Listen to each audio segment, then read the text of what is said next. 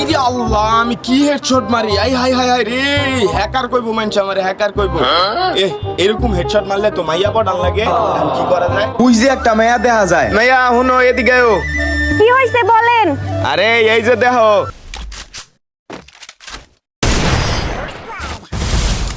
দেখছো আমি কত সুন্দর হেডশট মারি, আমার ডুও হয়ে যাও।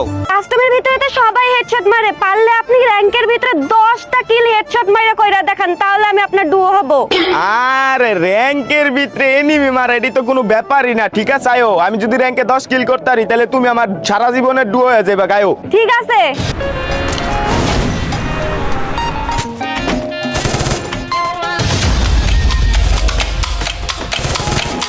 এই যে সামনে এনিমি, এই যে এ খেলা পারে না, আবার আইছে ডুও বানাইতে।